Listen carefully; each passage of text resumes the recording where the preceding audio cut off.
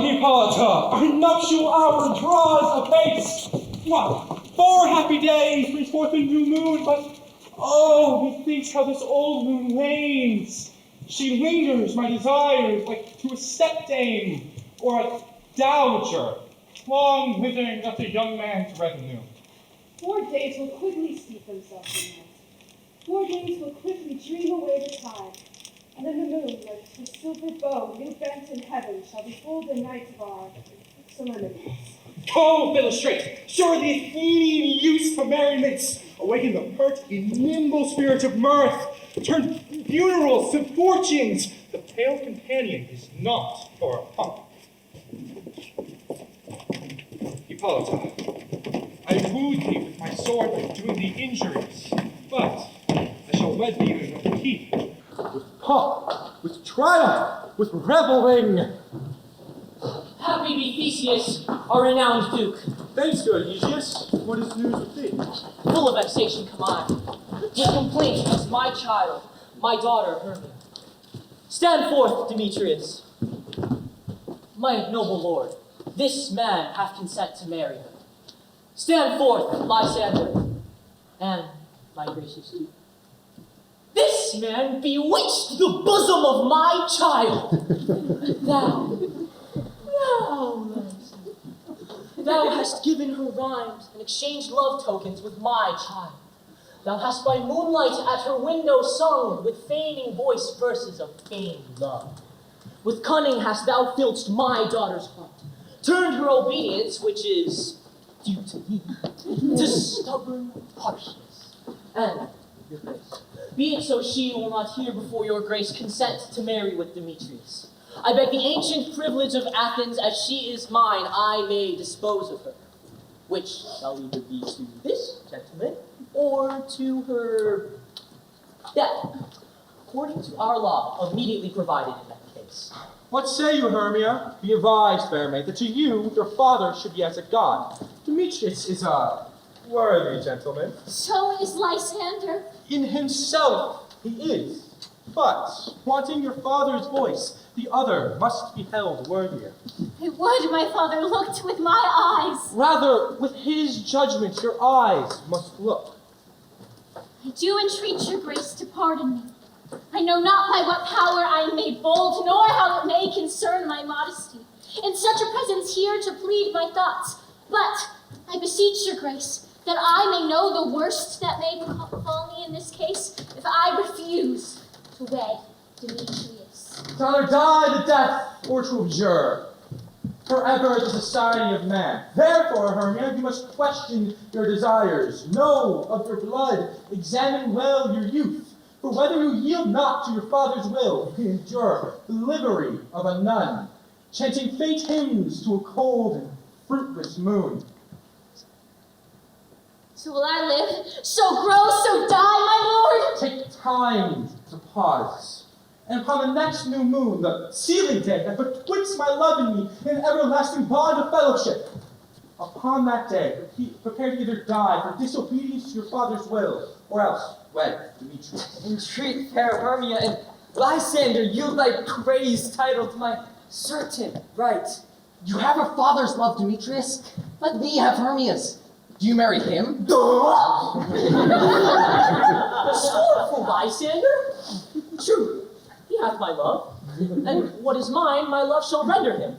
And she is mine, and all my right of her I do estate unto Demetrius. I am, my lord, is well derived is he, is well possessed, my love is more than his, my fortunes every way is fairly ranked. If not with vantage is Demetrius, which is more than all these boasts can be. I am beloved of beauteous Hermia. Why should not I then prosecute my right?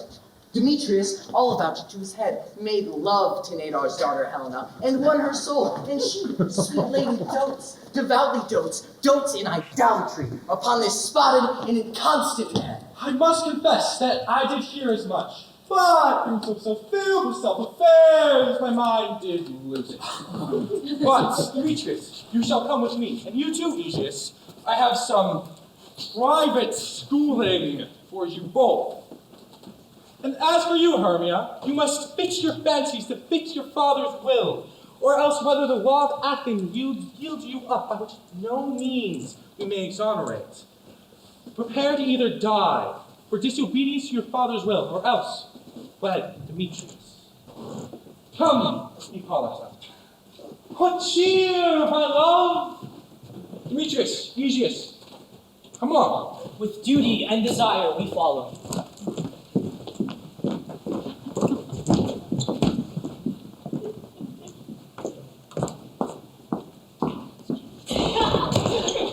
Now, my love, why is your cheek so pale? How chance the roses that do fade so fast? They like for want of rain, which I could well beteem them from the tempest of my eyes.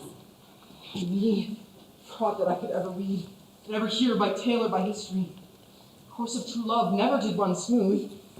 Either it was different in blood, Oh, cross too high to be enthralled, too low. or else it was graft in respective years, Oh, spite too old to be engaged, too young.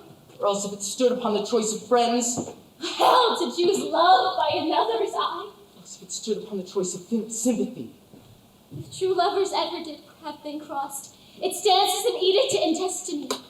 Then let us teach our child patience, because it is a customary cross as due to love, as thoughts and dreams and sighs, wishes and tears, poor fancy's followers. Good persuasion.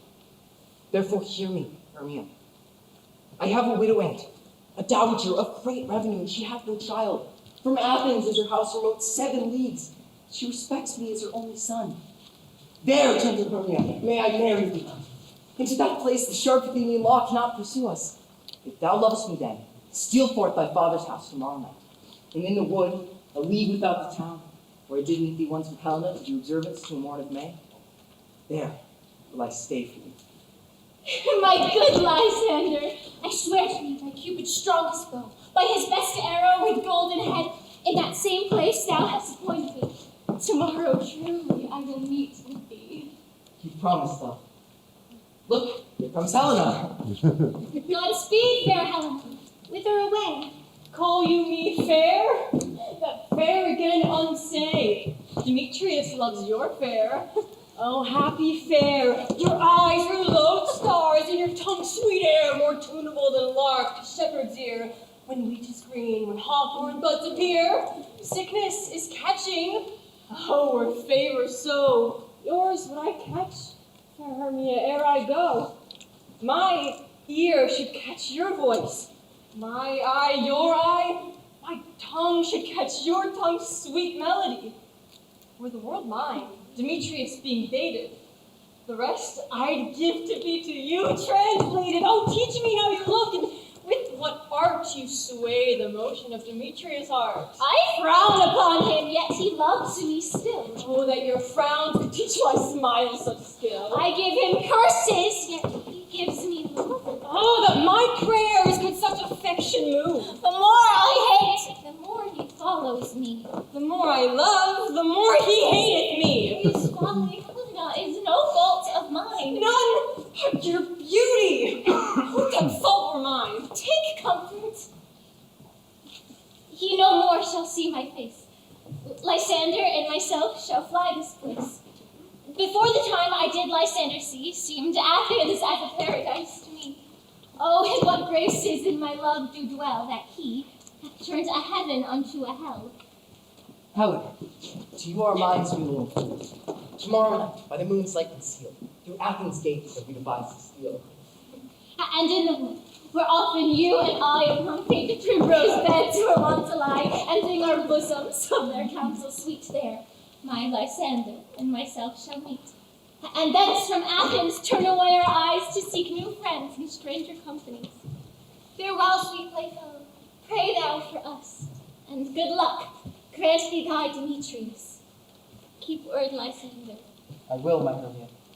Helena, adieu. As you on him, Demetrius stowed on you.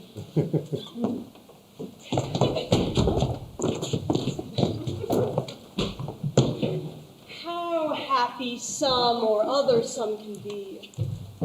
Through Athens I am thought as fair as she, but what of that? Demetrius thinks not so. He will not know but all but he do know. As he errs doting on Hermia's eyes, so I, admiring his qualities. For ere Demetrius looked on Hermia's eye, he hailed on oaths that he was only mine, and when this hail some heat from Hermia felt, so he dissolved, in showers of oaths did melt. I will go tell him of fair Hermia's flight, and to the wood will he tomorrow night pursue her, and for this intelligence, if I have thanks, it is a dear expense, but herein mean I to enrich my pain, to have his sight thither, and back again.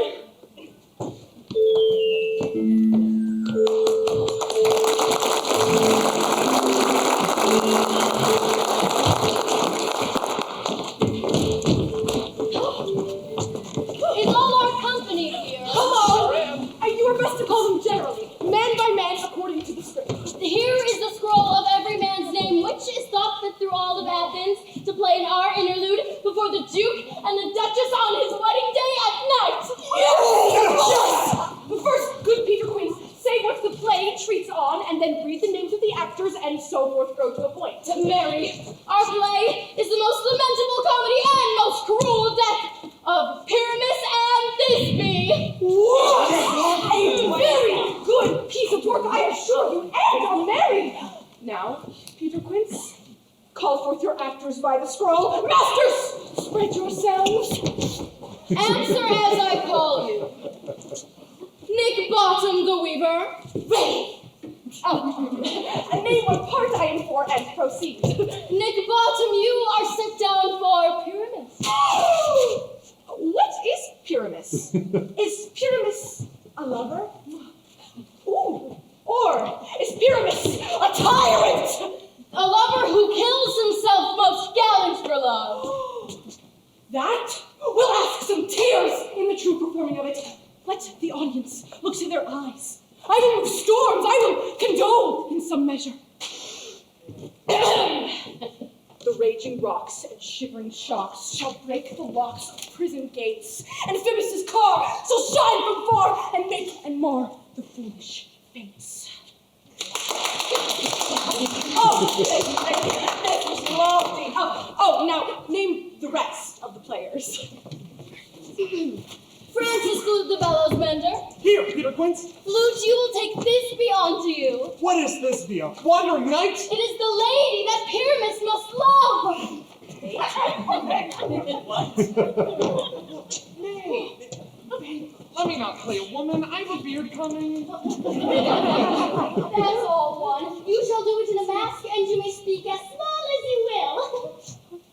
And I may hide my face. Let me play Thisbe too. I'll speak in a monster's little voice. Thisbe. Thisbe. Ah, Pyramus. Lover dear. And Thisbe dear and lady dear. No, you must play Pyramus and Flute, you Thisbe. Well, proceed. Robin Starveling the tailor. Here, Peter Quince. Robin Starveling, you will play Thisbe's mother. Tom Snap the tinker. Here, Peter Quince. You will play Pyramus's father, myself, Thisbe's father.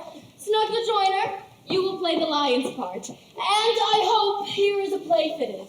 Have you the lion's part written?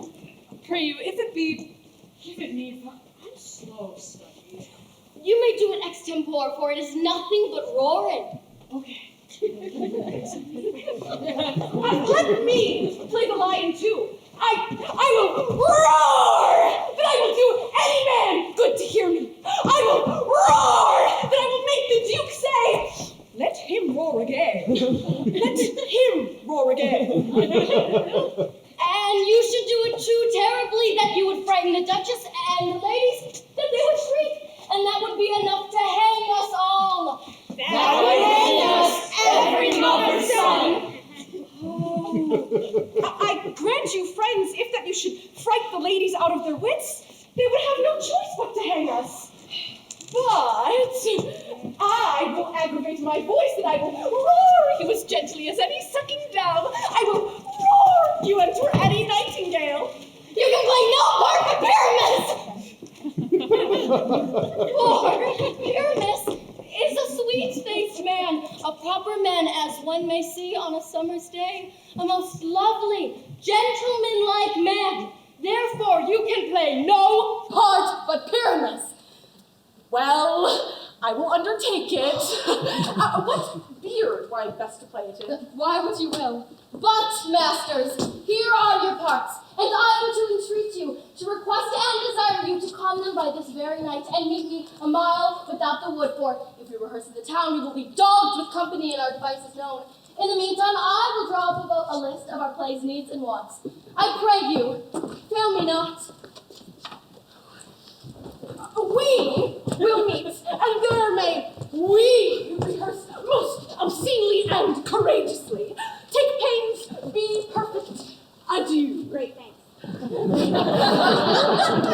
Duke's Oak we meet. Okay. Enough! Hold or cut bowstrings.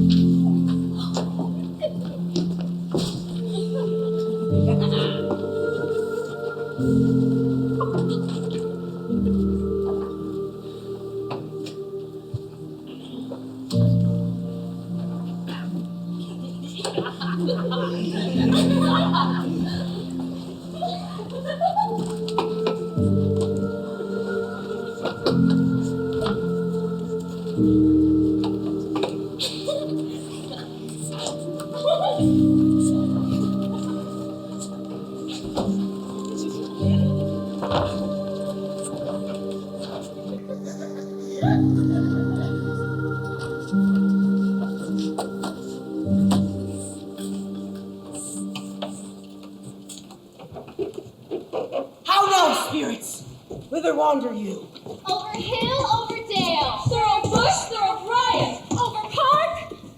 Over pit. Through flood, Through fire. I do wander everywhere. Swifter than the moon's sphere. And I serve the fairy queen. to do her orbs upon the green. The cowslips doth her pensioners be. In their gold coat spots, you see. Those be rubies. Fairy favors. And in their freckles live their saviors. I must go seek some dewdrops here, and hang a pearl in every cowslip's ear. Farewell, thou love of spirits. I'll be gone.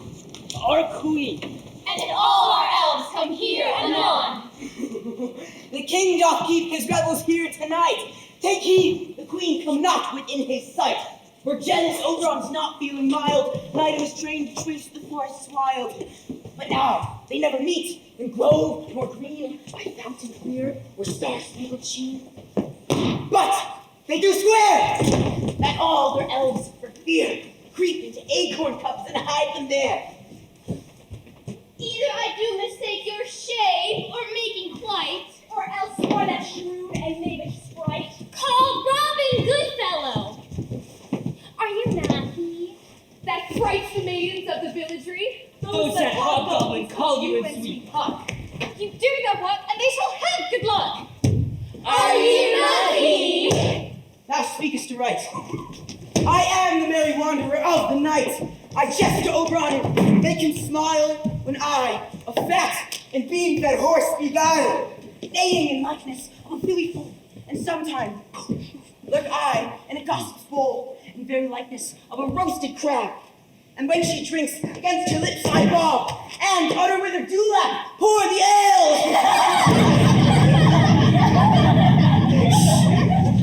But room varies. Here comes Oberon.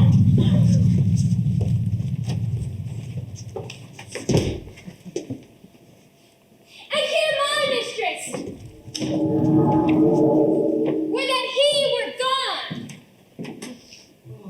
Ill met by moonlight, proud Titania. Oh, what jealous Oberon! Fairy, skip hence, I have forsworn his bed and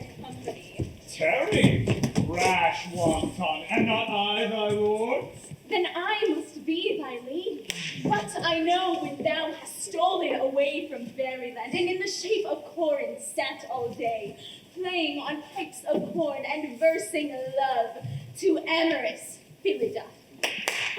Why art thou here? Come from the furthest steppe of India?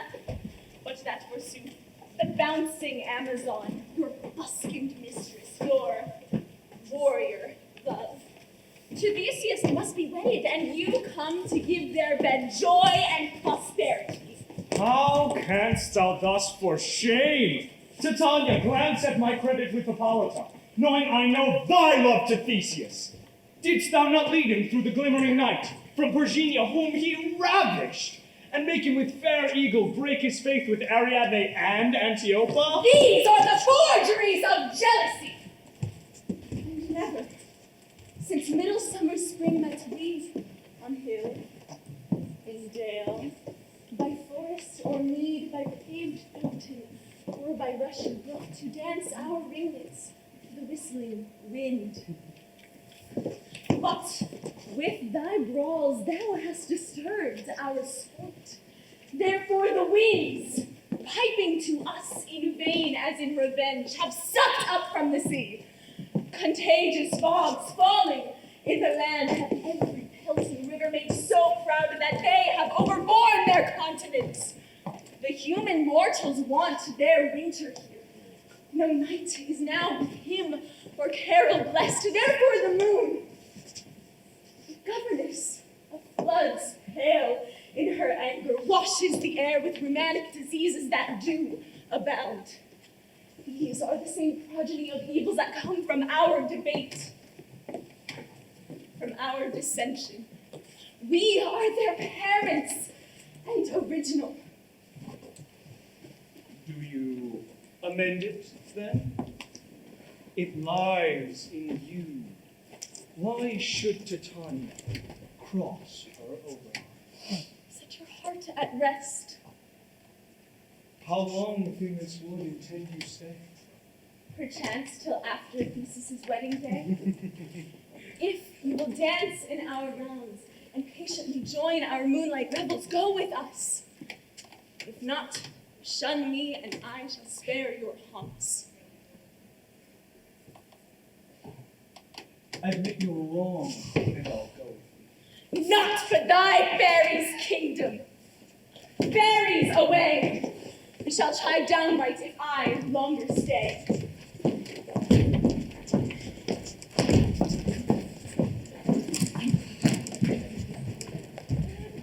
Well, go thy way! Go!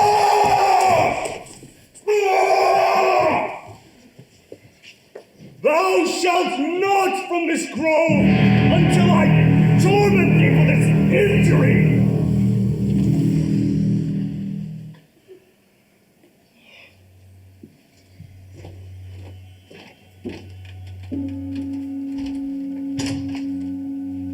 My gentle Puck, come hither.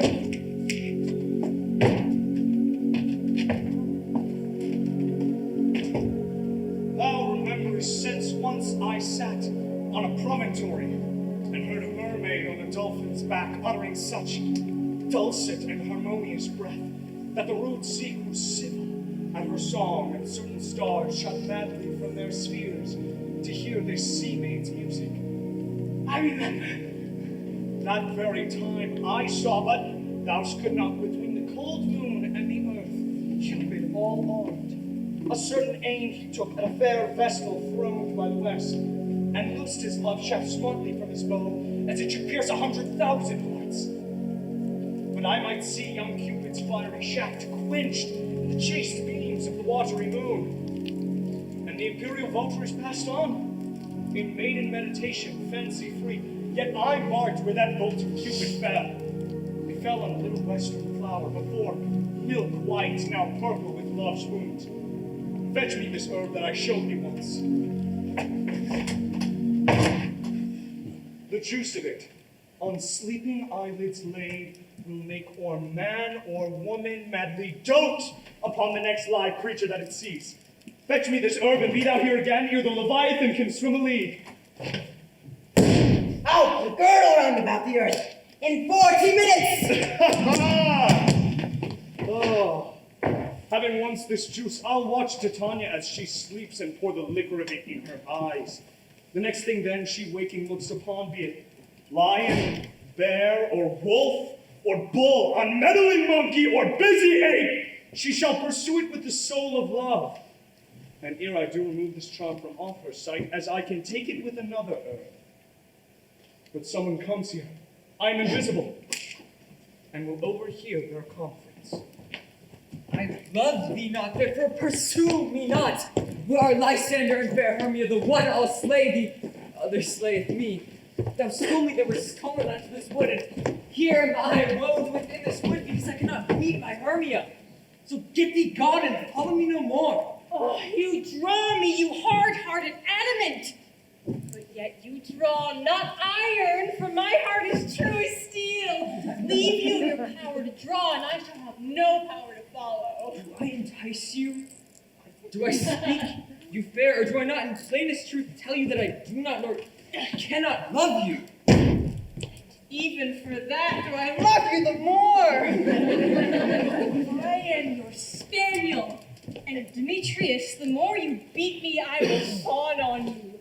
Use me, but as your spaniel, spurn me, strike me, neglect me, lose me. Only give me leave, unworthy as I am, to follow you. What worser place could I beg in your love, and yet a place of high respect with me, than to be used as you use your dog? Tempt not too much the hatred of my spirit, for I am sick when I look on thee. And I am sick when I look not on you. You impeach your modesty too much to trust the opportunity of night and the ill counsel of a desert place with the rich worth of your virginity. Your virtue is my privilege, for that it is not night when I do see your face. Therefore I think I am not in the night, nor doth this wood lack worlds of company. For you, in my respect, are all the world. And how can it be said I am alone when all the world is here to look on me? I will run from thee and hide in the brakes and leave thee to the mercy of wild beasts. The wildest hath not such a heart as you. Run when you will, the story shall be changed. Apollo flies, and Daphne holds the chase. The dove pursues the griffin, the mild hind makes speed to catch the tiger in fruitless speed. When cowardice pursues and valor flies. I will not stay thy questions. Going. If thou follow me, do not believe that I will do thee mischief in the wood. Aye, in the temple, in the town, the field, you do me mischief. Fie, Demetrius! Your wrongs do set a scandal on my sex. We cannot fight for love as men may do. We should be wooed, if we're not made to woo. I'll follow thee and make a heaven of hell.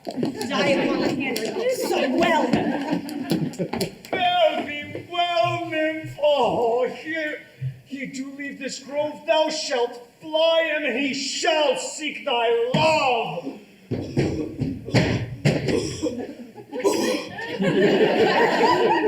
Welcome, wanderer. Hast thou the flower there? Aye. There it is. I pray thee, give it to me.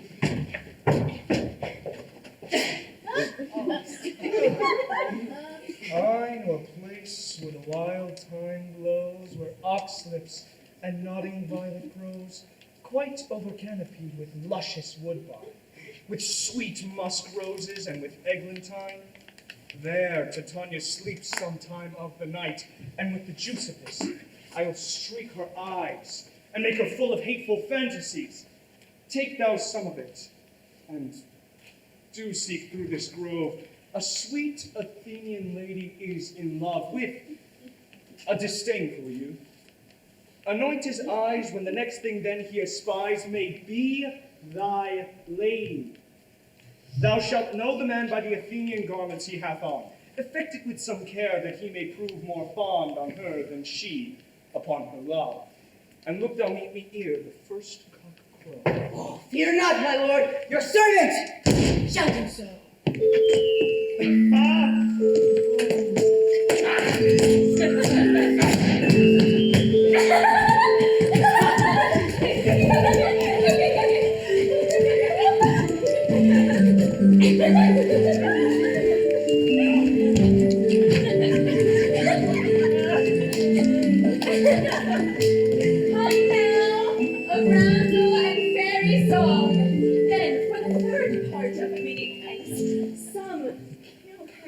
musk rose bud. Some war with rare mice for their leathern wings to make my small elves coats. And some keep back the clamorous owl who nightly hoots and wonders at our quaint spirits. Sing me now asleep, then to your offices and let me rest.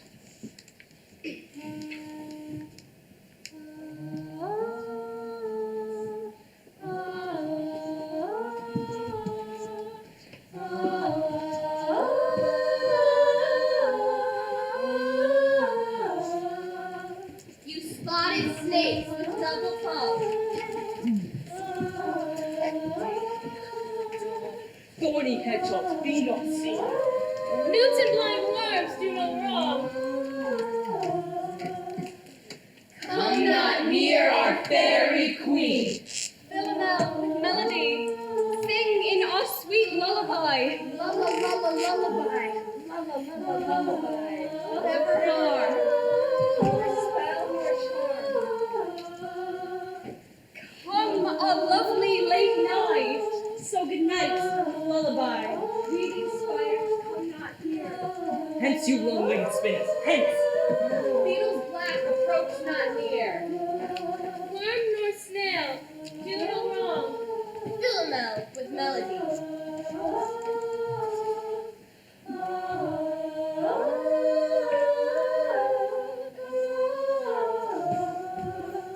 Hence away, now all is well. One aloof stands sentinel.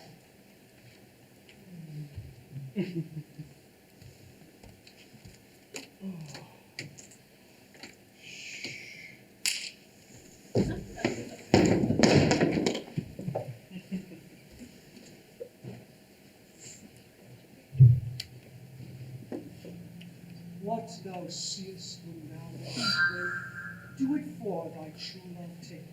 Love and languish for his sake, be it ounce or cat, or bear, pard, or boar with bristled hair. In thy eye that shall appear when thou wakest, it is thy dear.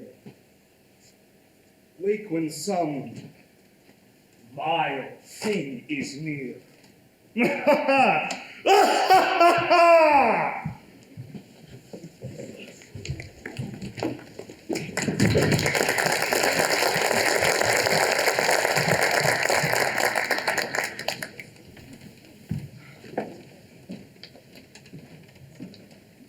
Fair love, you faint with wandering in the wood.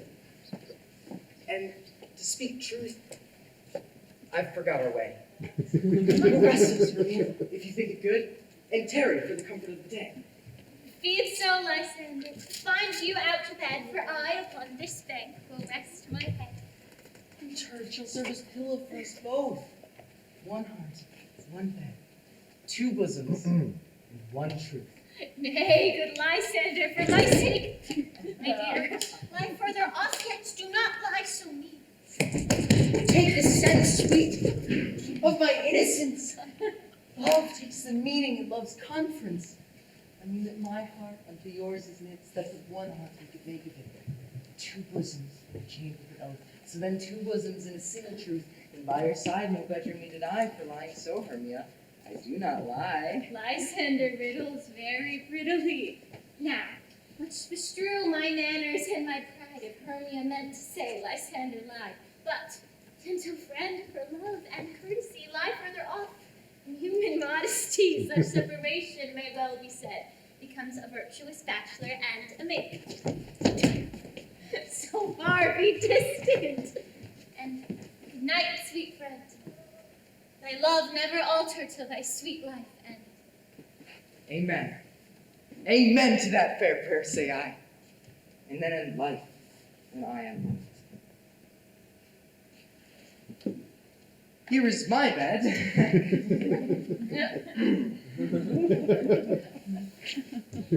Sleep give thee all his rest. Half that wished the wisher's eyes be pressed.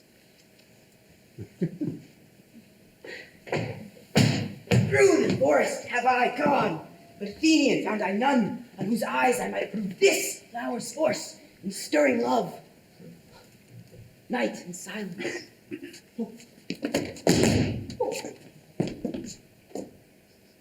Oh, who is here? Means of Athens he doth wear. This is he, my master said, despised the Athenian maid. Oh, and here the maiden, sleeping sound on the dank and dirty ground. Pretty soul, she durst not lie near this lack of this kill courtesy. Churl, on thine eyes I throw all the powers charmed out. When thou wakest, let love forbid. Sleep his seat on thy eyelid. So awake when I am gone, for now I must to Oberon. Stay, though thou kill me, sweet Demetrius. I charge thee, hence, and do not haunt me thus. Oh, wilt thou darkly believe me? Do not so. Stay. On thy peril, I alone will go. I am out of breath in this fond chase. The more my prayer, the lesser is my grace. Happy is Hermia, wheresoe'er she lies, for she hath blessed and attractive eyes. How came her eyes so bright? Not with salt tears.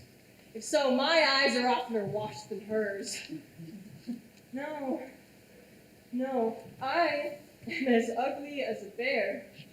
For beasts that meet me do run away for fear. But who is here? Lysander on the ground? Dead? Or asleep? I see no blood, no wound. Lysander, if you live, good sir, awake. Run through fire I will for thy sweet sake. Transparent Helena, nature shows art that through thy bosom makes me see thy heart. Where's Demetrius? Oh, how fit a word is that vile name to perish on my sword. Do not say so, Lysander, say not so. What though he love your Hermia, Lord, what though? Yet Hermia still loves you, and be content. Content with Hermia? No, I do repent the tedious minutes I with her have spent. Not Hermia, but Helena I love, whom I change a raven for a dove.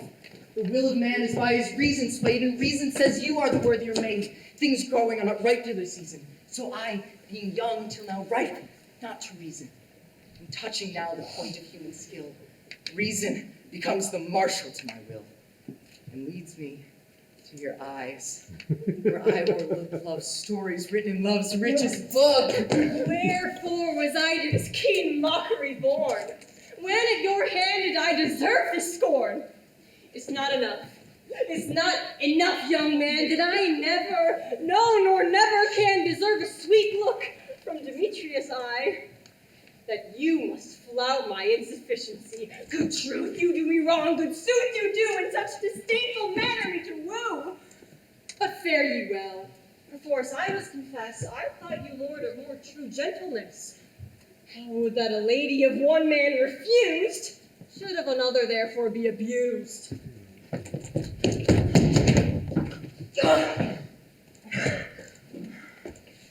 She sees not Hermia. Hermia sleep thou there. Never mayst thou, Lysander, go near.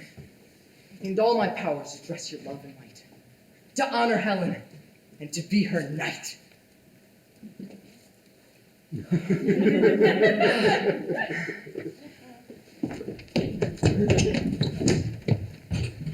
Help me, Lysander!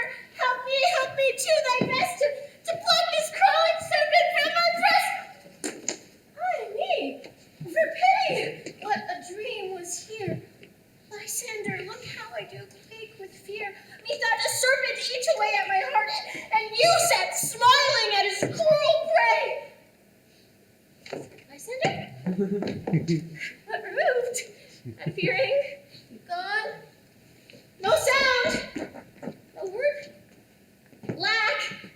Where are you? Speak! And if you hear, speak all of loves I swoon, almost with fear. No? Well then, I'll perceive you all not nigh, either death or you I'll find immediately.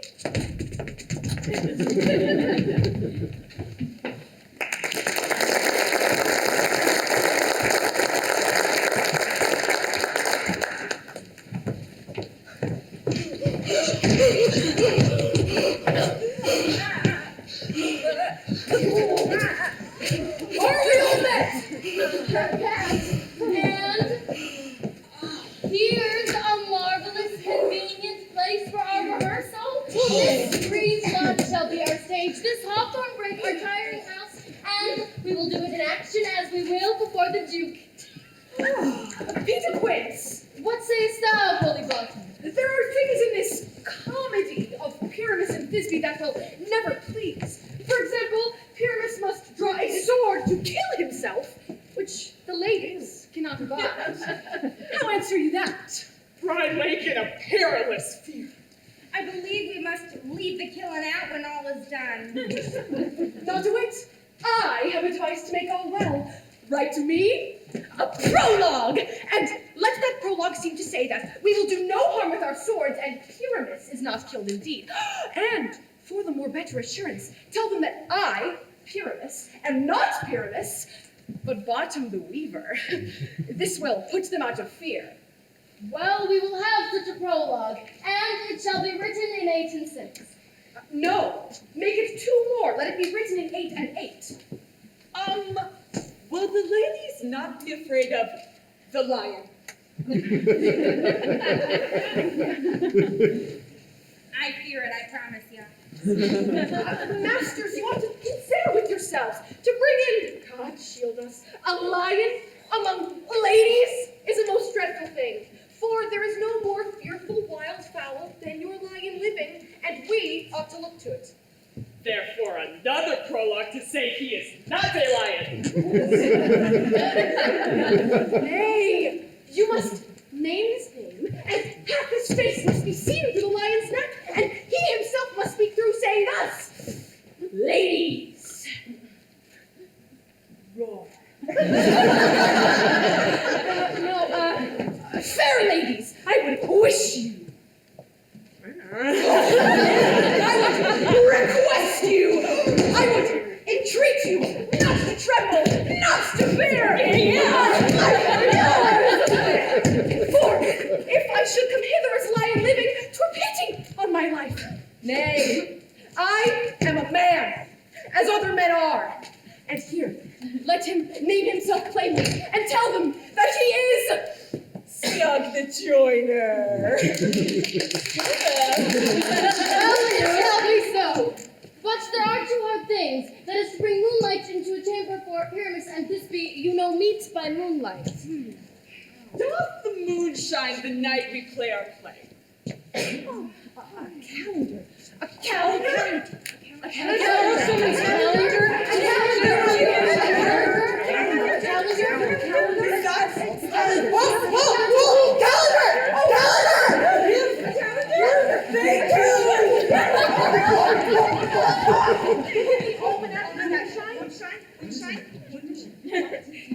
Can you unlock your calendar?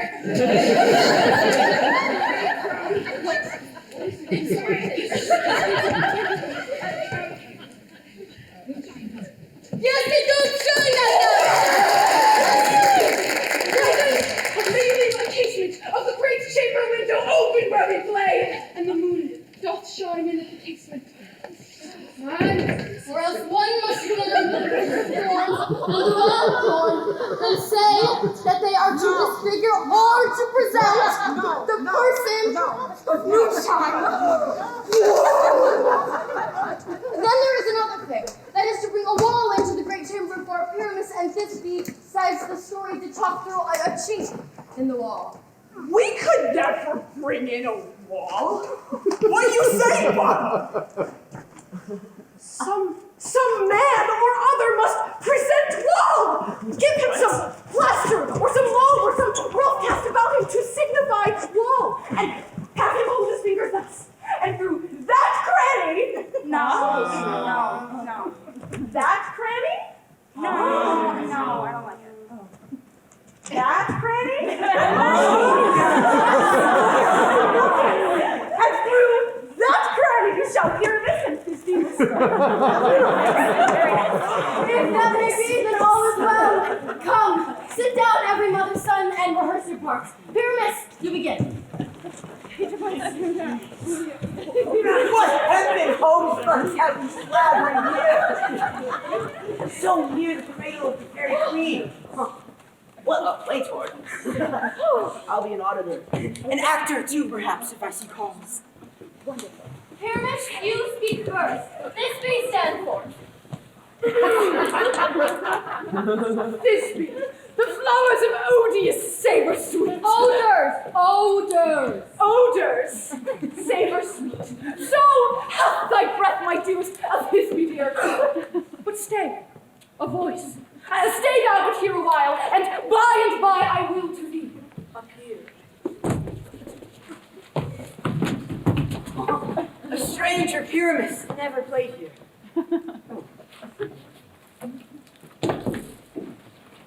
Oh, must I speak now?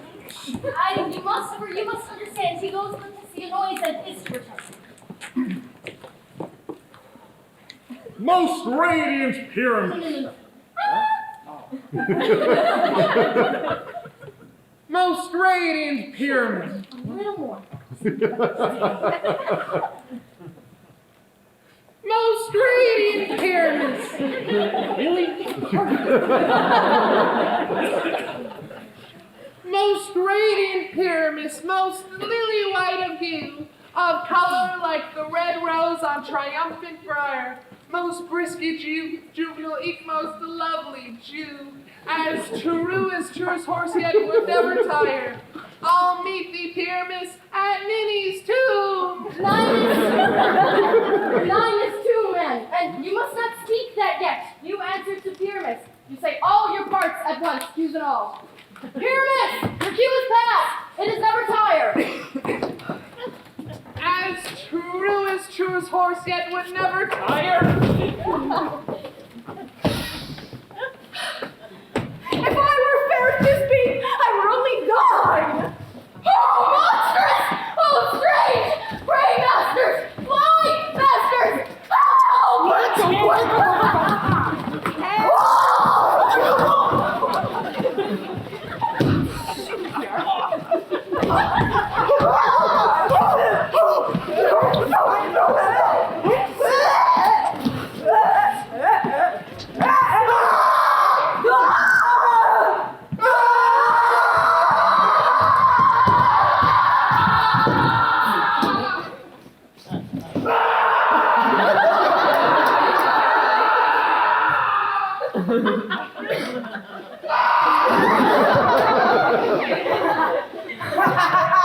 I'll lead you. I'll follow you about around. Sometime a horse I'll be. Sometime a hound. A headless bear, a hog, a fire. And I'll neigh and roar, grunt and bark and burn like a horse, hound, hog, bear, and fire at every turn. Why do they run away? I see. This is a knavery of them to make me a fear. Oh, Madam, thou art changed! What do I see on thee? What do you see? You see an ass head of your own, do you? Leslie, Walter, Leslie! Thou art translated! I see their knavery. This is to make an ass of me. To frighten me, if they could. But I will not stir from this place, do what they can. I will walk up and down here, and I will sing, so that they shall see that I am not afraid.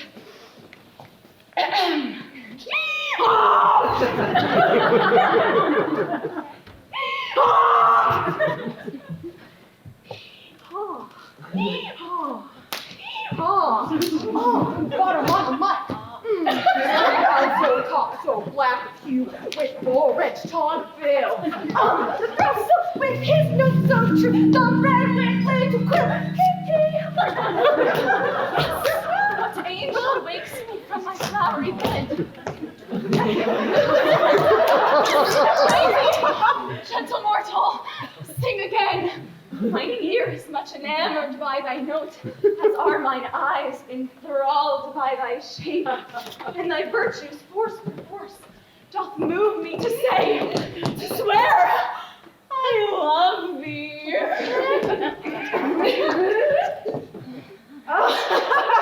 Oh.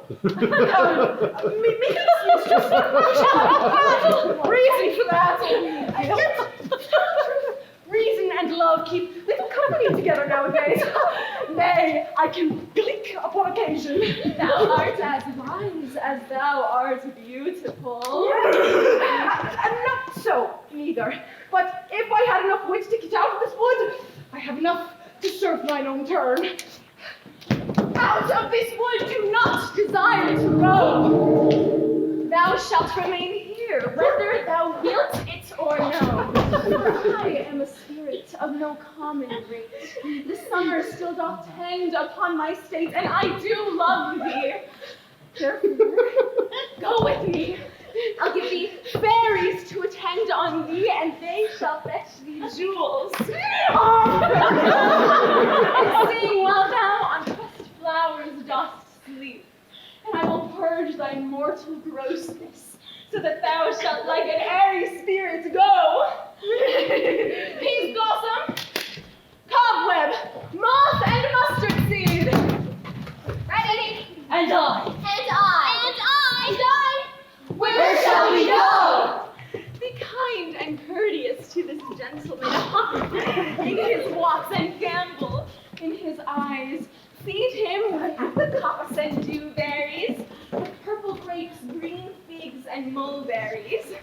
The honey bags steal from the humble bees, and for the night tapers crop their waxen thighs, and light them at the fiery glowworm's eyes. To have my love to bed and to arise.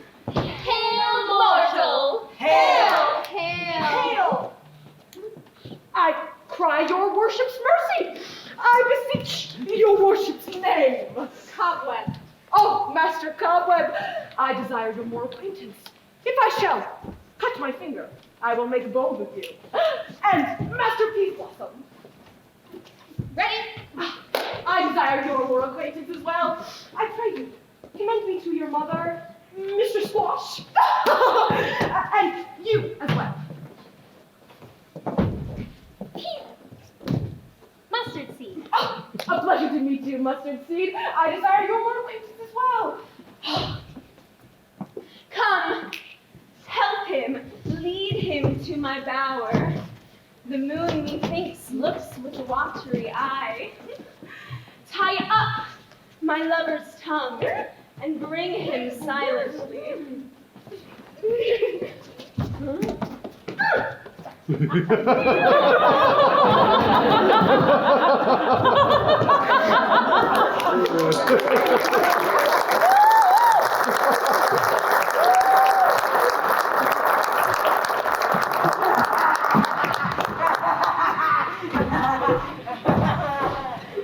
I wonder if my Titania be awakened.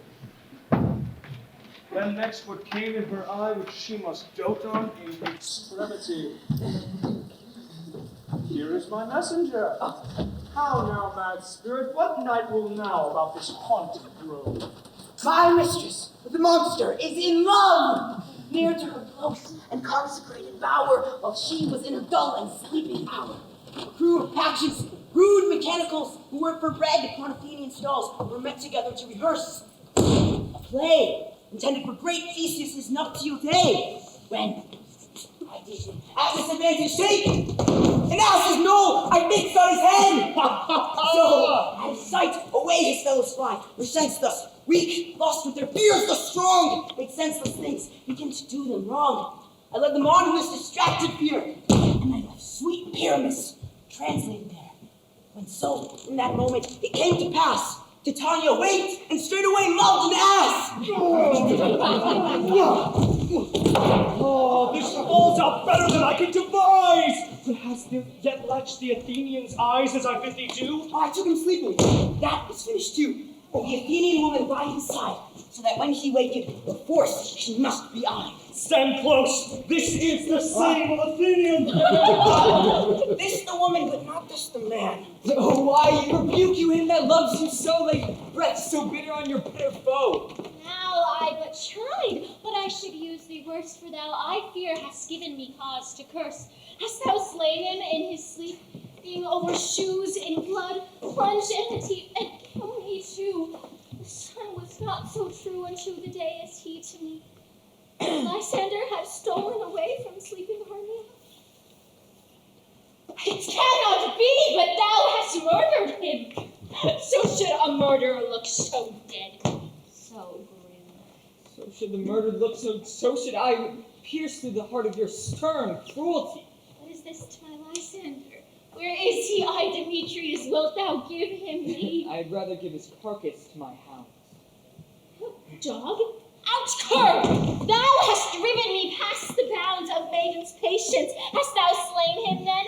Henceforth be never numbered among men. Once tell true, even for my sake. Durst thou have looked upon him being awake? And hast thou killed him sleeping? Brave touch. You spend your passion on misprized blood. I am not guilty of Lysander's blood, nor is he dead, for aught I can tell. Tell me that he is well. If I could, what should I get there for? Privilege! Ever to see me more, and from thy parted presence part I so. See me no more, whether he be dead or no.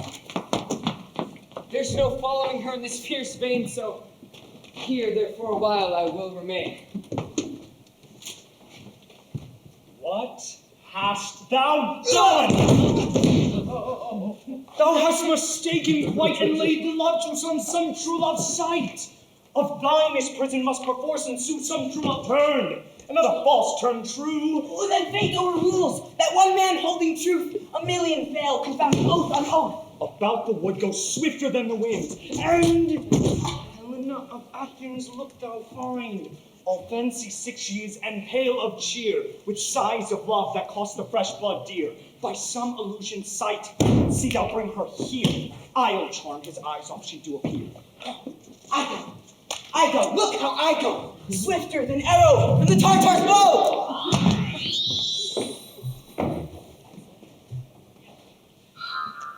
Flower of this purple dye, hit with Cupid's archery, sink in apple of his eye.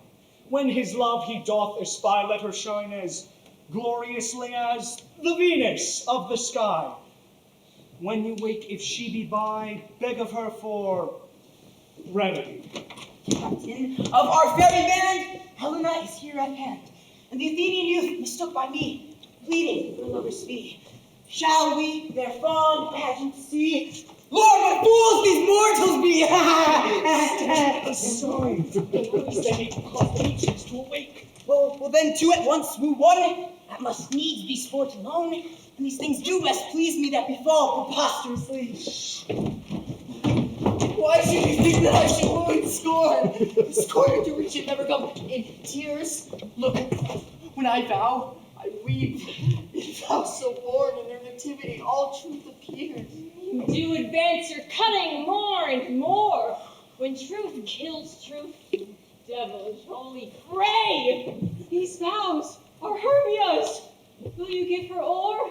Weigh oath with oath, and you shall nothing weigh. Your vows to her and me put in two scales will even weigh both as light as tails. I had no judgment when to her I swore. Nor none in my mind. Now you give her o'er. Demetrius loves her, and he loves not you. Oh, Helena! Goddess nymph, perfect, fine. Should I compare thine eye of crystal is muddy, oh, how right then show thy lips, those kissing cherries tempting grow. When thou hold out thy hand, oh, let me kiss. Princess of pure white, this seal of bliss. Oh, oh, spite! Oh, hell, I see you are a witch set against me for your merriment. If you were civil and knew courtesy, you would not do me thus much injury. Can you not hate me, as I know you do? But you must join in souls to mock me too. If you were men, as men you are in show, you would not use a gentle lady so, to vow, to swear, and super praise my parts, when I'm sure you hate me with your hearts. You both are rivals. and love Hermia, and now both rivals to mock Helena. You're unkind, Demetrius. Be not so, for you love Hermia. This you know I know. And here, with all goodwill, with all my heart, in Hermia's love, I yield you up my part. And yours with Helena, to me, grief, whom I do love, and will do till my death. Never did mockers waste more idle breath. Lysander, keep thy Hermia, I will none. If ere I loved her, all that love is gone. My heart to her is guest wise sojourned, and now to Helen in his home returned, there to remain. Helen, it is not so. Look, where thy love comes, yonder is thy dear. Thou art not by mine eyes, Lysander found. Mine ears, I think, have brought me to thy sound. But why unkindly dost thou leave me so? Why should Lysander stay, whom love doth press to go? What love could press Lysander from my side? Lysander's love that would not let him bide. For Helena, more yields than I did. All you fiery O's and eyes of light. Why seekest thou me? Could not this make me know the hate I bear thee made me leave thee so? If you speak not as you think, it cannot be. Lo! She is one of this confederacy! Now I perceive they have conjoined, all three, to fashion this false sport in spite of me. Injurious Hermia, most ungrateful maid, have you conspired? Have you with these contrived to bait me with this foul derision? It is all the counsel that we two have shared, the sisters' vows, the hours that we have spent when we have chid the hasty-footed time for parting us. Oh, it's all forgot. All school days friendship, childhood innocence. And will you rent our ancient love asunder and join with men in scorning your poor friend? It is not friendly. 'Tis not maidenly. Our sex, as well as I, may chide you for it, though I alone do feel the injury. I am amazed at your passionate words. I scorn you not. It seems that you scorn me. Have you not set Lysander as in scorn to follow me and praise my eyes and face, and made your other love, Demetrius, who even but now did spurn me with his foot, to call me goddess, nymph, divine and rare, precious, celestial? Wherefore speaks he this to her he hates? And wherefore doth Lysander deny your love so rich within his soul?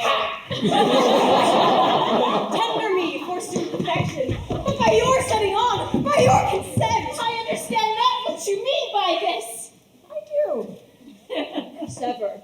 Counterfeit sad looks. Make mouths upon me when I turn my back. Look at each other. Hold the sweet jest up. This sport will carry shall be chronicled. If you have any pity, grace, or manners, do not make me such an argument. But fare ye well. 'Tis partly my own fault. Death or absence soon shall remedy. Stay, gentle Helena. Hear my excuse. My love, my life, my soul, fair Helena. Oh, excellent. Sweet, do not scorn her. If she cannot entreat, I can compel. Thou canst compel, no more than she entreats. Thy threats have no more strength than a weak prayers. Helen, I love thee. By my life I do. I swear by that which I will lose for thee. To prove it false, it says I love thee not. I say I love thee more than he.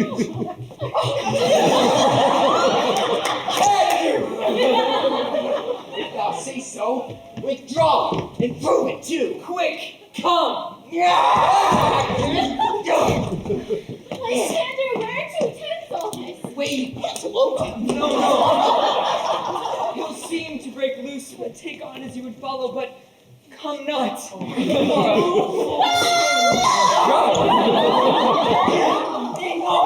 Thou cat, thou burr, vile thing, let loose. Shake thee from me, like a serpent. Lysander, where to take all this?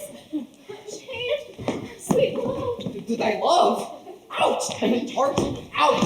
Out, Luke, that is named potion hence. Do you not jest? Yes, sooth, and so do you. Demetrius, I will keep my word with thee.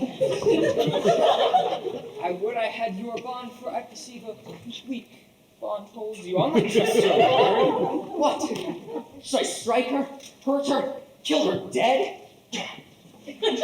Although I hate her, I'll harm her not so. What can you do me greater harm than hate? Hate me?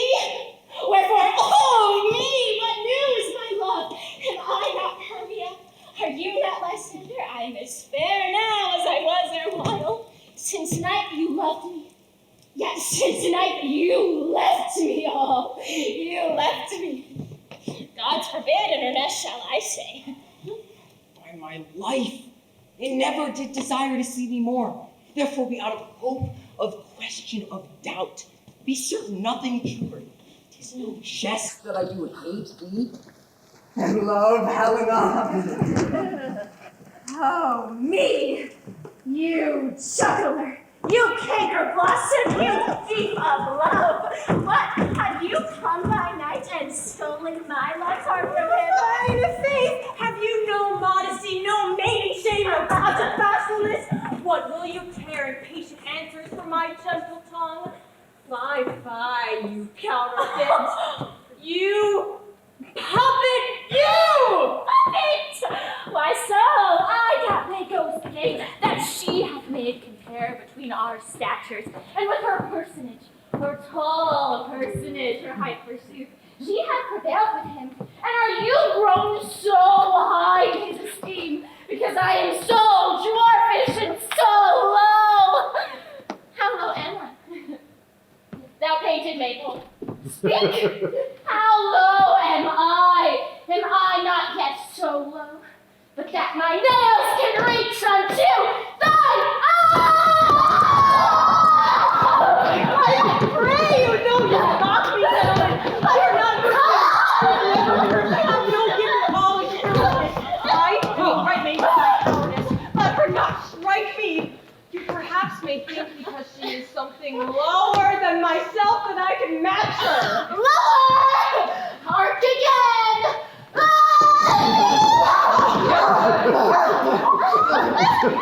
Good Hermia! Don't be so bitter with me. I am rewarded love, Hermia. Did ever keep your counsel, never wronged you. Save that for love unto Demetrius, I told him of yourself on his word. And he followed you. For love, I followed him. He hath chid me hence, and threatened me, to strike me, spurn me, nay, kill me too. And now, so you will let me quiet go to Athens, will I bear my folly back and follow you no further. Let me go. Oh, you see how simple and fond I am. I get you gone. Who isn't that hinders you? Foolish heart that I leave here behind. What with Lysander? Demetrius! Be not afraid. She shall not harm me, Helena. No, she shall not let you take her part. Oh, she's angry, she is keen and shrewd. She was a vixen when she went to school, and though she be but little, she is fierce. Little again! Nothing but low and little. Oh, why will you let me suffer her drunkenness? Let me come to her! You gone, dwarf! You minimus of hindering not brass made, you bead, you acorn! You are too officious in her behalf that scorns your services. Speak not of Helena if ever you show so little love to her. Thou shalt abide it. Now she holds me not. Now follow if thou darest, to prove whose right of thine or mine is most in Helena. Nay, then I will go with the cheek but yours.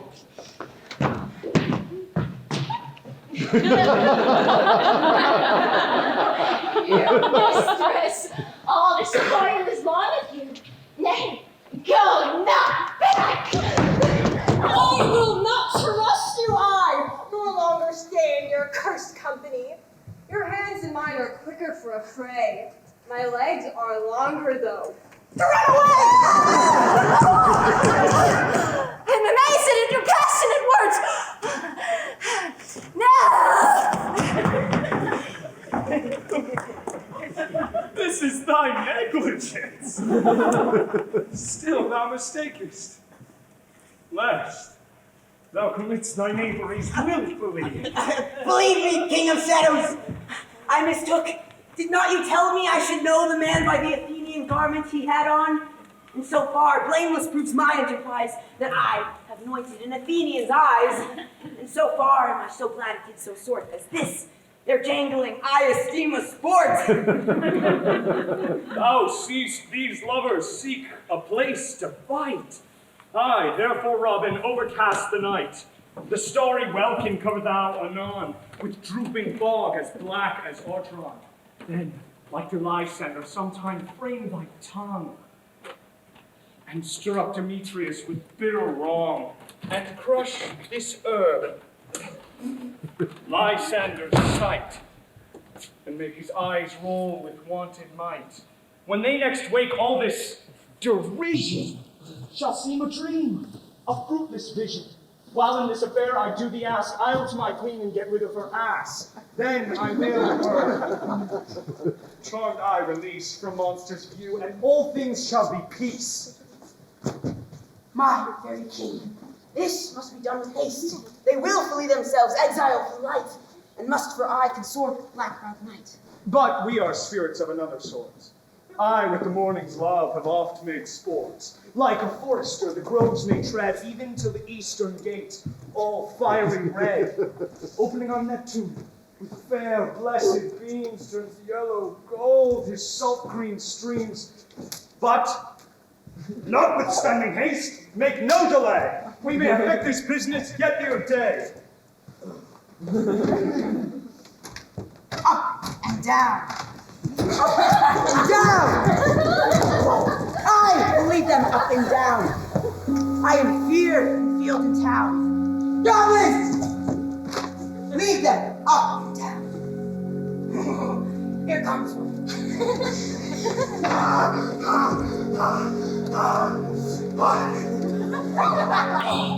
Where art thou, proud Demetrius? Speak thou now! Here, villain, drawn and ready. I will be with thee straight. Follow me then to later ground. Lysander, speak again, thou coward. Thou for the way art thou fled?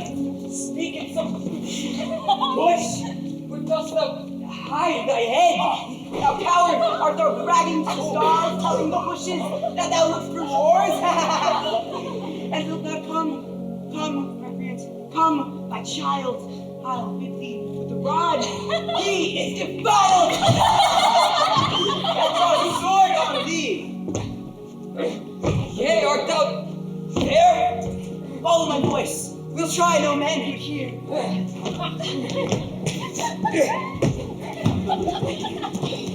goes before me and still dares me on.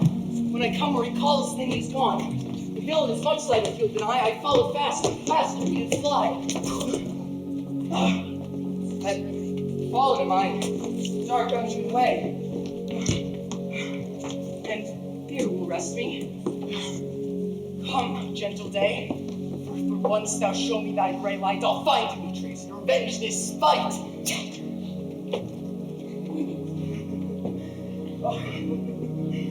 Thou coward, why comest thou not?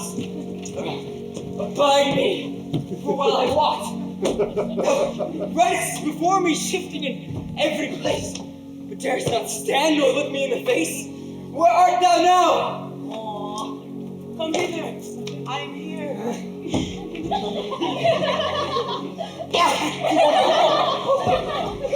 Nay, thou mockest me. If ever have I daylight, go, now go thy way. Faintness, straineth me to measure out my length on this cold bed as days approach to be visited. Oh, weary night! Oh, long and tedious night! A fate thy hours! Shine comforts from the east, that I may back to Athens by daylight, these that my poor company detest.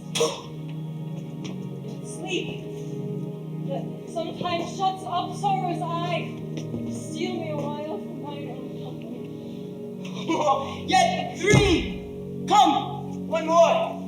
2 of both kinds make up 4. Oh, here she comes, cursed and sad. Cupid is a knavish lad, thus to make poor females mad. Never so weary, never so in woe, be tablet with dew and torn with briars. No further can I crawl, no further can I go, my legs can keep no pace with my desires. Here, I will rest me to the break of day. Heaven shield Lysander, they mean affray. Sleep on the ground. Be sad. I'll apply to your eye, gentle lover, remedy. When thou wakest, thou may find true delight in the sight of thy former lady's eyes. Jack shall have Jill, and naught shall go ill, and all shall be well.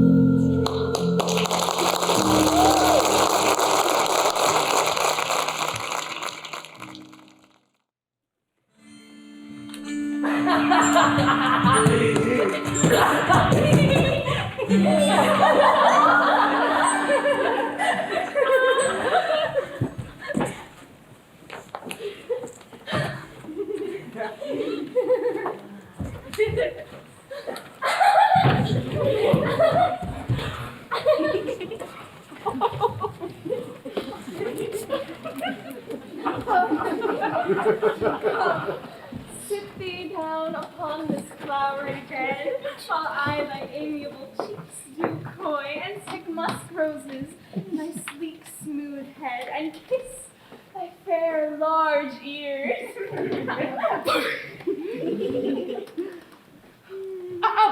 Where is Peas Blossom? Ready? Peas Blossom, scratch me. Where is Cobweb? Ready? Master Cobweb, bring me a honey bag. And where is Mr. Mustard Seed? Ready. What's your will? Master Mustard Seed, I have no will but for you to help scratch. I must to the barber soon, for I am a marvelous herring about the face, and I am such a tender ass. If my hair do but tickle me, I mustn't scratch. Wilt thou hear some music, sweet love? I have a reasonable good ear in music. Let us have the tongues and the bones. Or say, sweet love, what thou desirest to eat? Truly a peck of provender. I could munch your good dry oats. Methinks I have a desire to a bottle of hay. Ah, good hay, sweet hay. No, fellow. But I pray you, let none of your people disturb me, for I have an exposition of sleep come upon me. Come, sleep, and I will bind thee in my arms. Fairies, be gone! Be all ways away. Oh, so doth the woodbine and sweet honeysuckle gently entwist, and the female ivy enrings the barky fingers of the elm. Oh, how I love thee! Oh, how I dote on thee! Welcome, good Robin. Seest thou this sweet sight? Her dotage now I do begin to pity. I will undo this hateful imperfection of her eyes. My gentle Puck, do remove the scalp from off the head of this Athenian swain, that waking when the other do think of this fierce vexation as a dream. But first I will release the fairy queen. Be as thou wast wont be, see as thou wast wont see. Dian's bud or Cupid's flower hath such force and blessed power. Now, my Titania, wake you, my sweet queen! Oh, my Oberon, What visions I have seen! Methought I was enamored of an ass. There lies your love. Okay, these things to pass. Oh, how mine eyes loathe his visage now. Silence a while. Robin, take off his head! Music-ho! Music such as charmeth sleep. Sound, music! My queen, take up hands with me. Now thou and I are in unanimity, and will rock the ground whereon these sleepers be. Tomorrow midnight solemnity, we will dance in Duke Theseus' house triumphantly. There the pairs of faithful lovers be, wedded with Theseus, all in jollity. Merry King, attend and mark. I do hear the morning lark. Then, my queen, we shall compass the globe soon swifter than the wandering. And in our flight, explain to me how it came upon this night that I sleeping here was found with these mortals on the ground.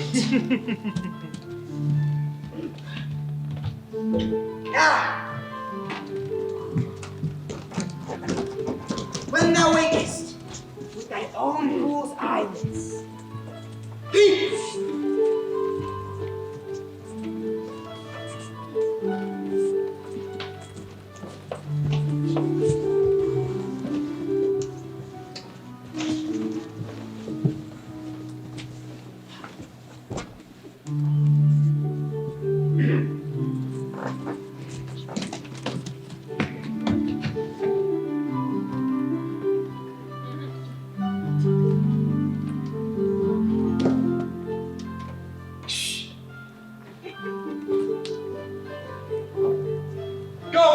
Find out the forester, and for now our observation is performed. And since we have the valor of the day, my love shall hear the music of my hounds. I was with Hercules and Cadmus once when in a wood of the Crete they laid the bear with hounds of Sparta. Never did I hear so musical a discord, such sweet thunder. But soft, what nymphs are these? My lord, this is my daughter here asleep. This Lysander, this Demetrius is. This Helena, old Nadar's Helena. I wonder if they're being here together. No wonder they rose early to observe the red of May. But speak, Aegeus, is this not the day that Helena to give us her answer of her choice? It is, my lord. Phil, wake them with your horns. Rise, good friends! Begin the wood birds, but to a couple now. Pardon, my lord. I pray you all to stand up. I know you two to be enemy rivals, so how come this gentle concord in this world? My lord, I shall reply hastily, half sleep, half waking, but as yet I swear, I cannot truly say how I came here, but as I think, for truly would I speak. And now that I bethink me, so it is. Came with Hermia hither. Our intent was to be gone from Athens, where we might, without the peril of the Athenian law. Enough, enough, my lord, you have enough. I beg the law. The law on his head! My lord, I wot not by what power, but by some power it is. My love to Hermia melted as the snow seems to me now as the remembrance of an idol god in my childhood I did dote upon. And now all my love, all the virtue, the pleasure of my eye is only Helena. Joy, gentle friends! Your discourse we shall hear anon! Aegeus, I will overbear your will. For in temple, pie and pie with us, these couples shall be internally knit. Our purposed hunt shall be set aside. Away with us to Athens, 3-3, shall hold a feast in great solemnity. Come, Hippolyta. His things seem small and indistinguishable. Methinks I see with parted eye when things seem double. So methinks, and I have found Demetrius like a jewel, mine own and not mine own. Are you sure that we wake? Because it seems to me that yet we sleep we dream. Did the Duke not bid us follow him? Yes, and my father, and Hippolyta. And he did bid us follow to the temple. Why, then we wake. Well, let us follow them. And by the way, let us recount our dreams.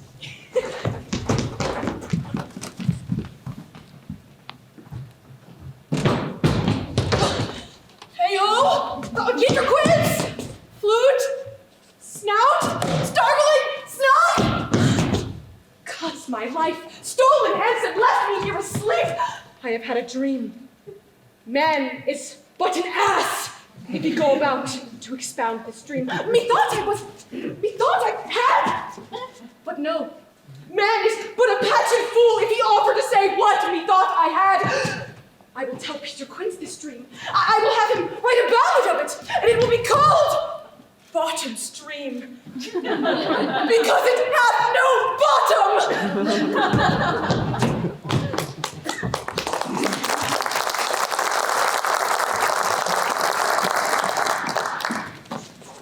Have you sent to Bottom's house? Is he come home yet? Cannot be heard of. I have a doubt he is transported. It comes not, and the play is marred. It goes not forward, doth it? It is not possible. There is not a man through all of Athens able to discharge Pyramus but he. Oh, it's simply the best wit of any handicraft man in Athens. Yeah, and the best person too. He is a very paramour for a sweet voice. You must say paragon. Paramour, God bless us, is a thing of God. Masters! The Duke is coming from the temple, and there are 2 or 3 maiden lords more married. If our sport had gone forward, we had all been made men! Oh, sweet Lord Bottom! Thus having lost 6 pence a day in his life, he could not escape 6 pence a day! And the Duke had not given him 6 pence a day for playing Pyramus, I'll be hanged! He would have deserved it! 6 pence a day and playing Pyramus on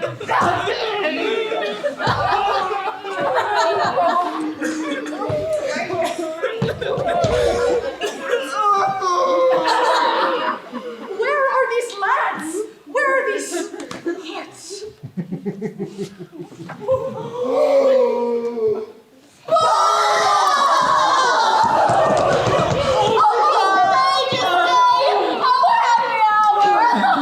Masters, I am to discourse wonders, but ask me not what, for if I tell you I am no true Athenian, I will tell you why does everything fell out. Let us hear, sweet Bottom. Not a word from me. All that I will say is, the Duke hath died! And get your appearances! A good strings to your beards, new ribbons to your pumps, meet presently at the palace, every man look o'er his part, for the long and the short is, our play is preferred! Oh, yes!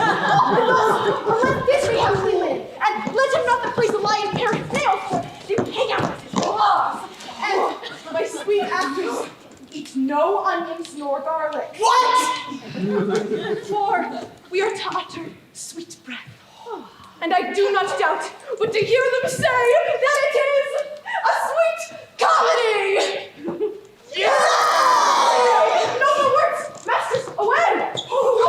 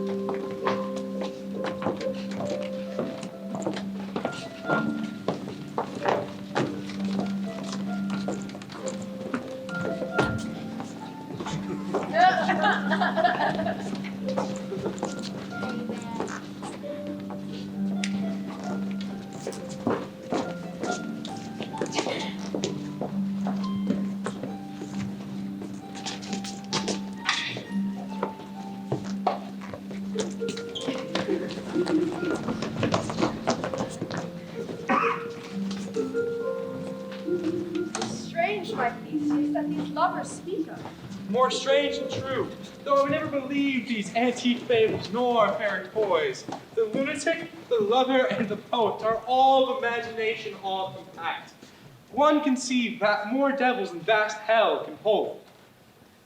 All the stories of the night told over, their minds so transfigured together. More witness it than fancy's images engrossed to something of great constancy, but howsoever strange and admirable. Joy, joy, gentle friends! Make fresh love accompany your hearts. More than to us. Wait, in your royal walks, your board, your bed. Come, what masks, what dances shall we have to waste away this torturing hour of after supper and before bed? Where is the usual measure of mirth? Is there no play? What revels are in hold? Call Philostrate.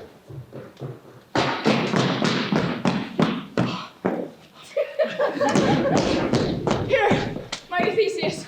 Say, what's the bridgeman's have you for this evening? There is a brief how many sports are ripe. Make choice of which your highness will see first. The battle of centaurs to be sung by an Athenian eunuch to the harp. We'll have none of that. They ride at the tipsy bacchanalish. That is an old device. The brief and merry tale of Pyramus and his lover Thisbe, merry and tragical, tenuous and brief. How shall we find this concord of the discord? A play there is, my lord, some 10 words long, which is as brief as I have known a play. But by 10 words, my lord, it is too long, which makes it tedious. For in all the play, there is not one word apt, one player fitted, which, when I saw rehearsed, I must admit, made mine eyes water. But more merry tears, the passion of loud laughter, never shed. And who are they that do play it? Hard-handed men that work in Athens here. I will hear that. No! No, my noble lord. It is not for you, for I have heard it over, and it is nothing in the We world. will hear that play. Go bring them in, and ladies, take your seats. I care not for your wretchedness or charge, whose duty and whose service perish. Why, gentle sweets, you shall see no such thing. I said they can do nothing in this kind. The kinder we shall give them is thanks for nothing. Our sport is what they may mistake, and our gift is what poor duty cannot. Noble respect. So please, your grace, the prologue is addressed. Let him approach. If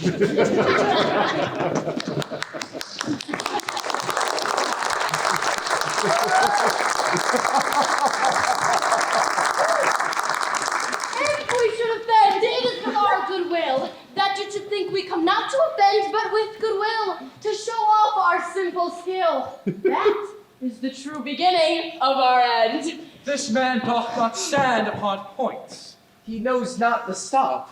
He hath played upon his prologue like a child on a recorder. Sound, yes, but not government. His speech was like a tangled chain. Who's next? Gentles! Perchance you wonder at this show, but wonder on till truth makes all things plain. This man is Pyramus. If you should know, this beauteous lady, this is certain. This man with larn and rough cast doth present wall. Whoosh! That vile wall, which did these lovers sunder, and through wall's chinks poor souls they are content to whisper, at the which let no man wonder. This man with lanthorn, dog, and bush of thorn presented moonshine. For, if you should know, by moonshine did these lovers think no scorn to meet at Ninus' tomb, there to woo. This grisly beast was high in height by name, and the trusty Thisbe, coming first at night, did scare away, or rather affright, and as she fled, her mantle did she draw, and lying vile with bloody mouth did stain. Anon, here comes Pyramus, sweet, cute, and calm, and finds his trusty Thisbe's mantle slain! Whereat with bloody lanthorn blade, he bravely broached his boiling bloody breast, and Thisbe, tarrying in the mulberry shade, his dagger drew and died. For all the rest, let lie in moonshine, wall, and lovers twain, at large discourse while here they do remain. I wonder if the lion is to speak. One lion may what many asses do. In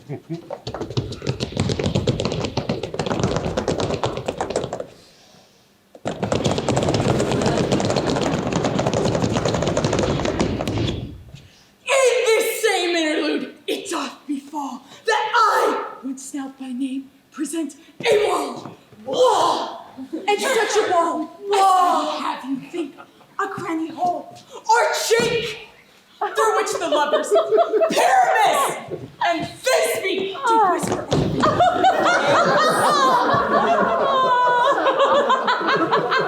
This loam! This rough cast!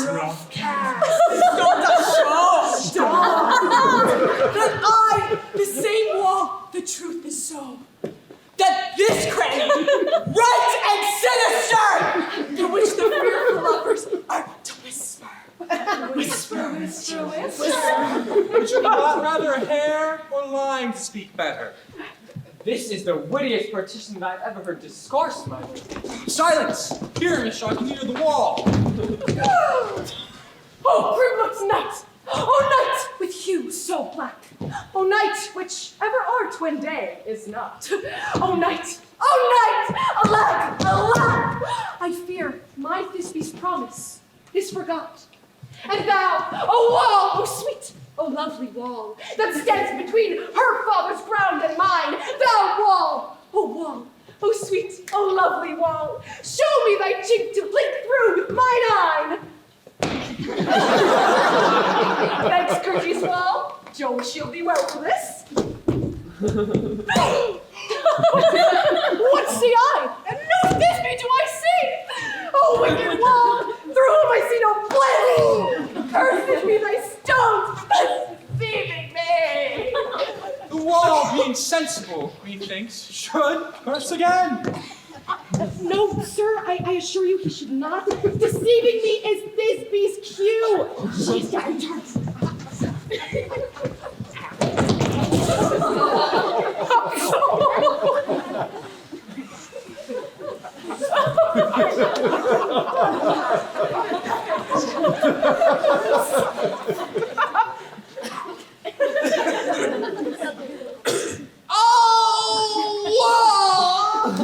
Full often hast thou heard my moans. For parting my fair Pyramus and me. My cherry lips have often kissed thy stones. Stones with lime and hair knit up in me. I see a voice. Now will I to the chink to spy, and I can hear my Thisby's face. Thisby!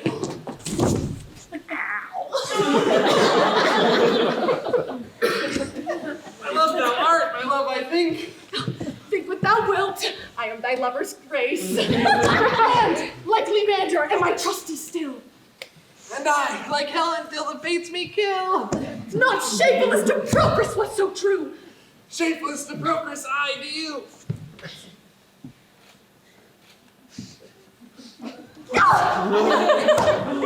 Kiss me through the hole of this vile wall!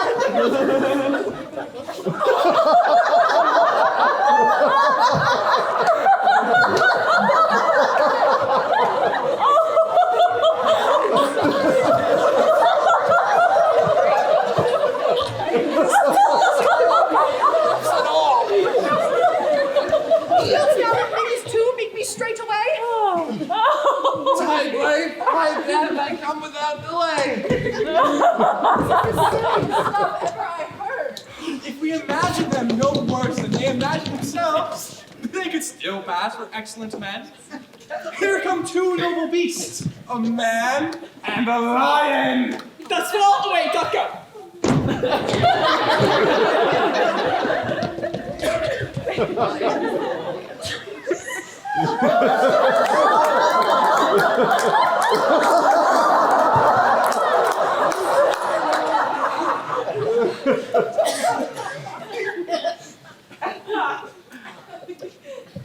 You, ladies, you whose gentle hearts do fear. Oh. The smallest monstrous mouse that creep on floor may now perchance both quake and tremble here, for I,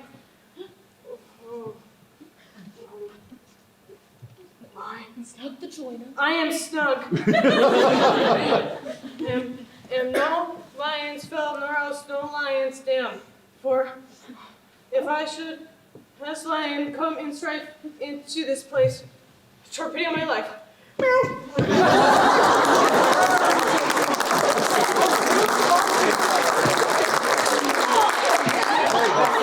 I saw my lord. Let us listen to the moon and stop squawking.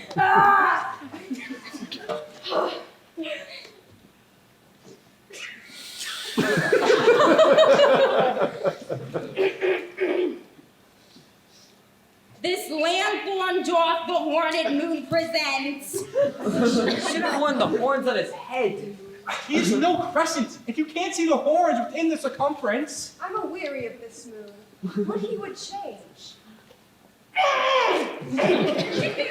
This land-born doth the horned moon present. Myself the man, I the moon do seem to be. This is the greatest error of all the rest.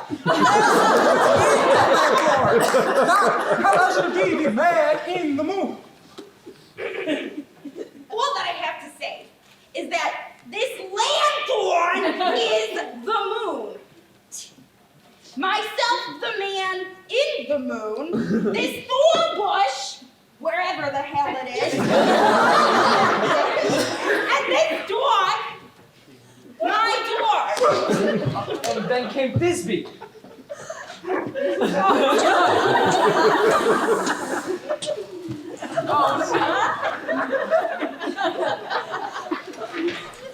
This is old Minnie's tune. Where is my love?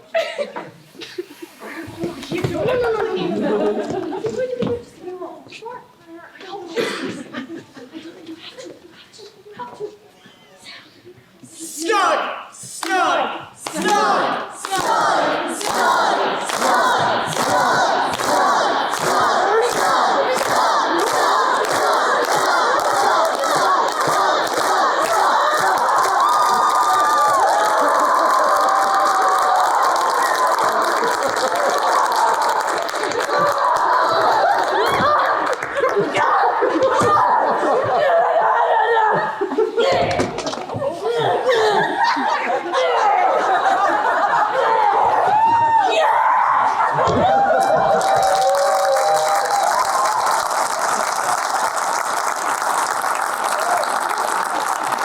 Well roared, lion! And well shown, Moon. Truly, the moon shines with good grace. Well done, lion! And so the lion vanished. And then came Pyramus. Sweet moon, I thank thee for thy sunny beams. I thank thee, moon, for shining now so bright. For by thy gracious golden glittering gleams, I trust to take of truest this beside. But stay! Spite! But more! Lord night! What dreadful dole is here? Eyes! Do you see? How can it be? Oh, dainty duck! Oh dear! Thy mantle good! What? Stained with blood? Approach, ye furies fell! Cut, fret, and thrum! Quail, crush, conclude, and dwell! Wherefore, nature, didst thou lion's frame, since lion vile here hath deflowered my devoured!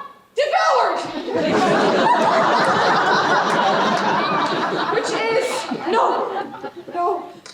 which was the fairest dame that loved the fairest dame that loved with cheer. Oh, faith, tears, confound, out, sword!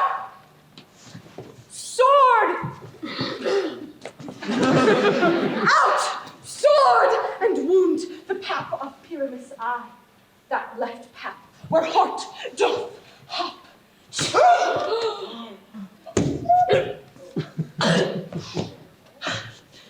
Thus I die. Now am I dead. Now am I fled. My soul is in the sky. Tongue, loose thy light. Moon, take thy flight. Okay. Now I die.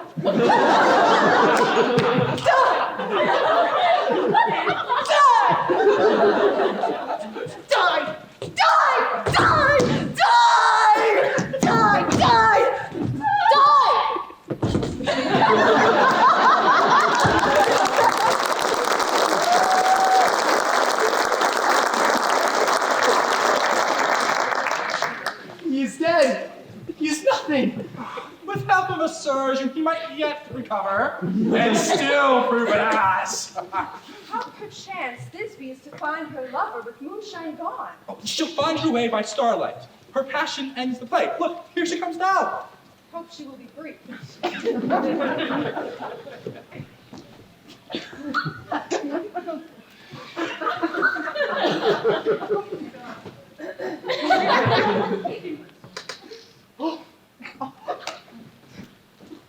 She hath spied him already with those sweet eyes. Asleep, my love?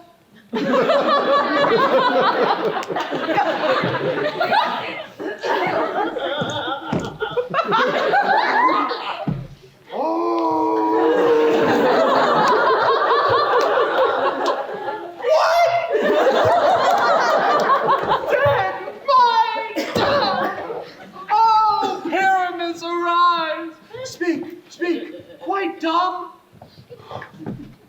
Dead? A tomb must cover thy sweet eyes. These, my lips, this cherry nose, these hillow cowslip cheeks are gone. Lovers, make moan. His eyes were as green as leeks. Oh, sisters three, come to me with hands as pale as milk. Lay them in straw, since you have shore with shears his thread of silk. Tongue, not a word. Come, trusty sword. Come, my breasted you. Oh, genius!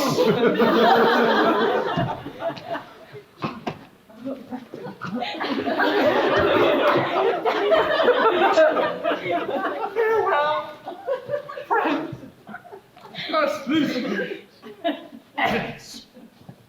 Adieu. Adieu. Ah.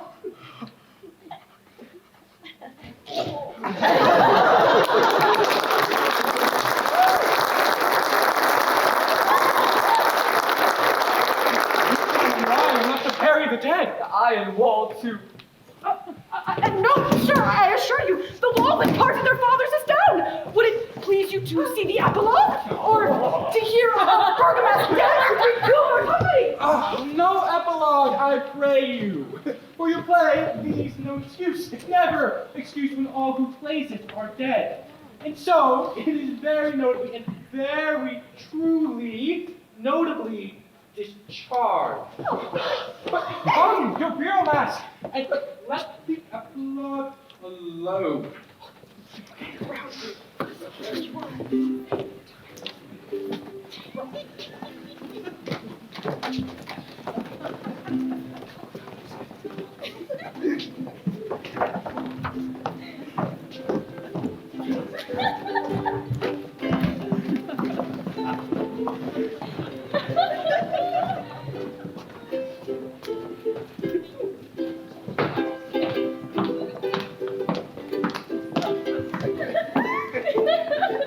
Hand in hand with fairy grace, we will sing and bless this place.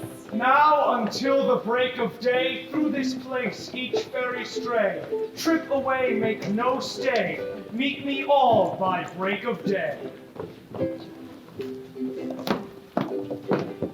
If we shadows have offended, think but this, and all is mended. That you have but slumbered here, while these visions did appear. And this weak and idle theme, no more yielding but a dream. Gentles, do not reprehend. If you pardon, we will mend. And as I am an honest buck, if we have unearned luck now to escape a serpent's tongue, we will make amends ere long. Else the pup, a liar. So, good night to you all. Give me your hands if we be friends, and Robin shall restore amends.